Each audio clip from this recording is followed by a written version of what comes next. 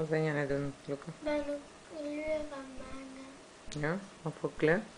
Weet ik niet welke kleur er van wordt. Hmm. Hé, blauw. Ja? Oh. Ik krijg donkerblauw. Oh, dan moet je niet zo... Kijk eens, anders wordt het helemaal krom. Oh, dat is een mooie blauw, hè? Doe maar even de W. Oh, dat is echt mooi. Voor wie is die schilderij?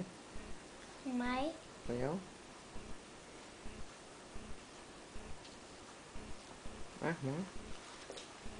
Voor wie is dit, bedoel je voor wie dit schilderij is? Ja? Voor jou. Voor mij? Oh, wat mooi. Zal ik het water een beetje schoonmaken? Ja. Oké.